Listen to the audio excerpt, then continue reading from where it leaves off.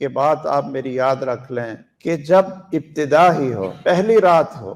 تو اسی وقت سے ہم نے اللہ سے ایک تعلق جوڑنا ہے، اور جو میاں اور بیوی کے اکٹھ سے جو فصل پیدا ہونے والی ہے، جو بچہ اور بچی اللہ ذوالجلال عطا فرمائیں گے، اس کو ہم شیطان کے فتنوں سے، شیطان کے حملوں سے، شیطان کے وسوسے سے، کہ جو فصل ہم اگانے جا رہے ہیں اس کو سب سے بڑے دشمن کے حملوں سے بچانے کے لیے، تیز آندھیوں سے بچانے کے لیے اور تباہی سے بچانے کے لیے، اس کو محفوظ قلعے میں اس کو بند کرنے کے لیے کہ شیطان کا داؤ نہ لگ سکے، تو اس کا پہلے رات ہی، پہلے دن ہی کیا طریقہ بتایا؟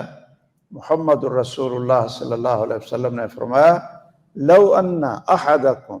اذا اراد ان یاتی اہلہ، کاش ایسا ہو کہ تم میں سے جو شخص بھی اپنی بیوی کے پاس آتا ہے اکٹھا ہونے کی نیت سے، تو وہ کیا پڑھے؟ ان یقول، وہ یہ دعا پڑھ لے، بسم اللہ اللہم جنبنا الشیطان وجنب الشیطان ما رزقتنا۔ بسم اللہ، اللہ کے نام کے ساتھ ہے، اللہم جنبنا الشیطان وجنب الشیطان ما رزقتنا، اے اللہ ہمیں شیطان سے دور رکھ اور شیطان سے ہمیں محفوظ فرما، وجنب الشیطان ما رزقتنا،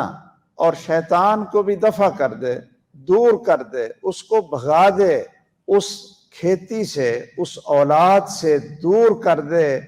جو تو ہمیں اولاد دینے والا ہے، ما رزقتنا، جو تو ہمیں عطا فرمائے۔ اب اس اکٹھ میں اس دعا پڑھنے کا فائدہ اور برکت کیا ہوتی ہے؟ رسول اللہ صلی اللہ علیہ وسلم فرماتے ہیں، یہ صحیح بخاری کی حدیث ہے، فَإِن قُدِّرَ بَيْنَهُمَا وَلَدٌ، اگر میاں بیوی کے اس اکٹھ میں اللہ نے